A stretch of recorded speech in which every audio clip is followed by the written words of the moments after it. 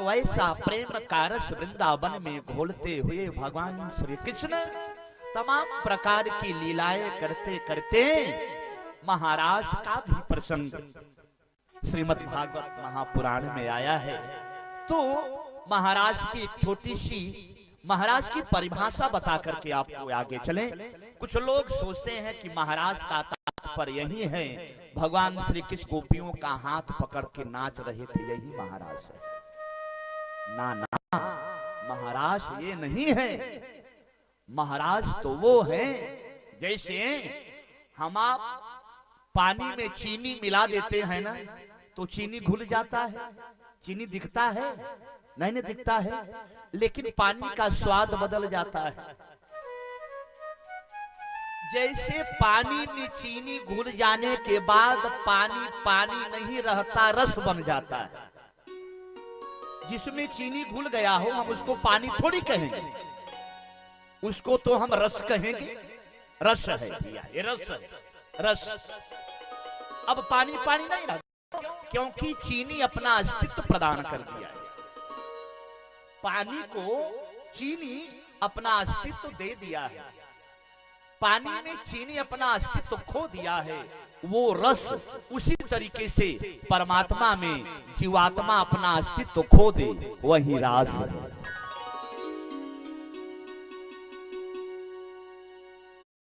Hello, Moto.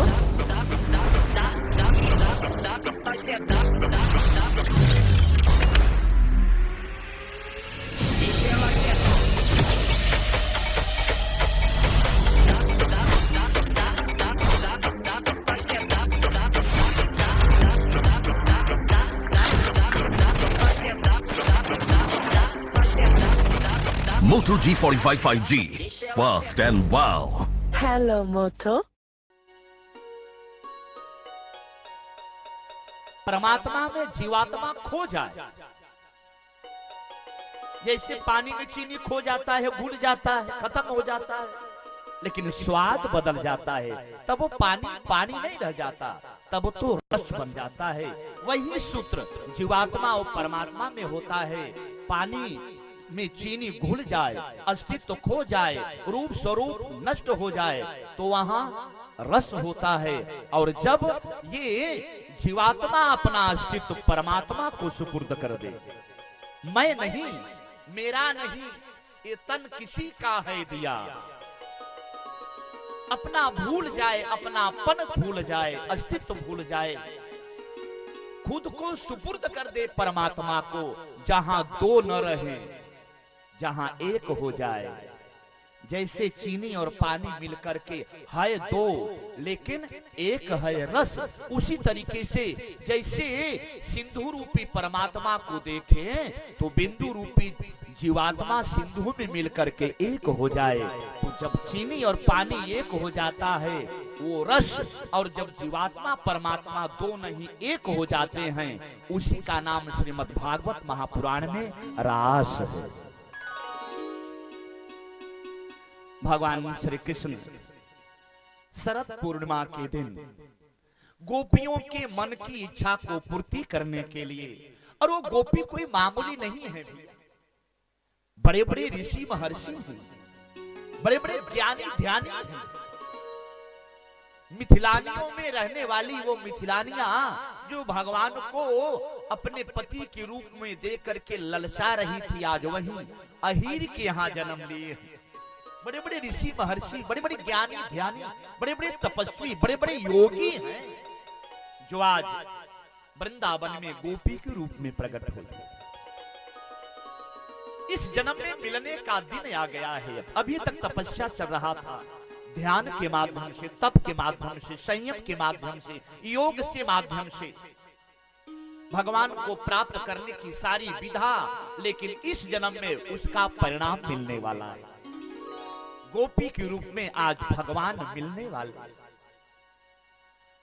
और भगवान ने उनकी इच्छा की पूर्ति करने के लिए शरद पूर्णिमा के दिन पूर्ण चांद उदय हुआ।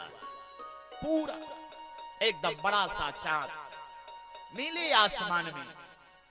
जब चांद उदय हुआ आसमान में, और ऊपर अगल बगल का आसमान नीला, और नीचे जो खड़ा है कन्हैया उसका भी रंग नीला।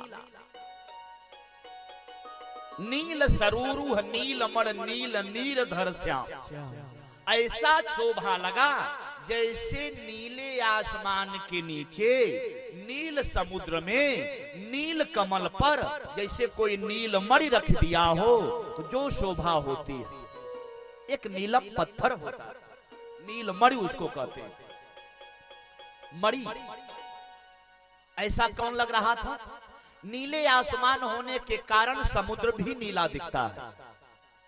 और एक नील कमल होता है, 3 प्रकार का कमल होता है, सुनिएगा, 3 प्रकार का कमल, 3 रंग का कमल होता है।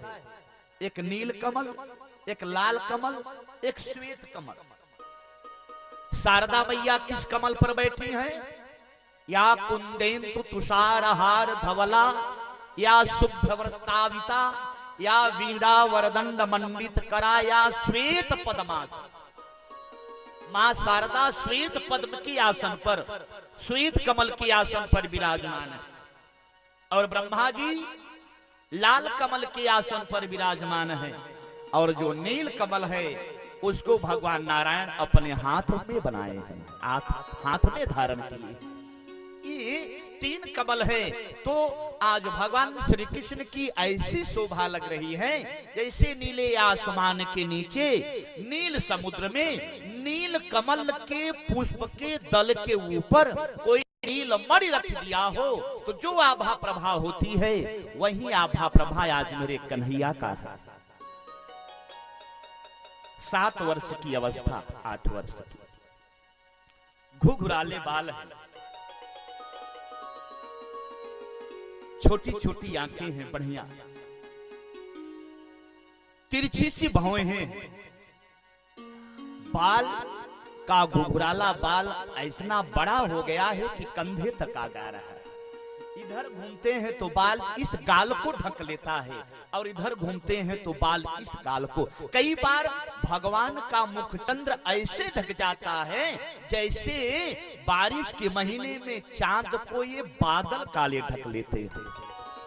तो यहाँ का चांद कौन? भगवान कृष्ण का मुखारविंद ही चांद है और उनके काले घुघराले बाल ही मानो बादल हो जाते हैं, घिर जाते हैं।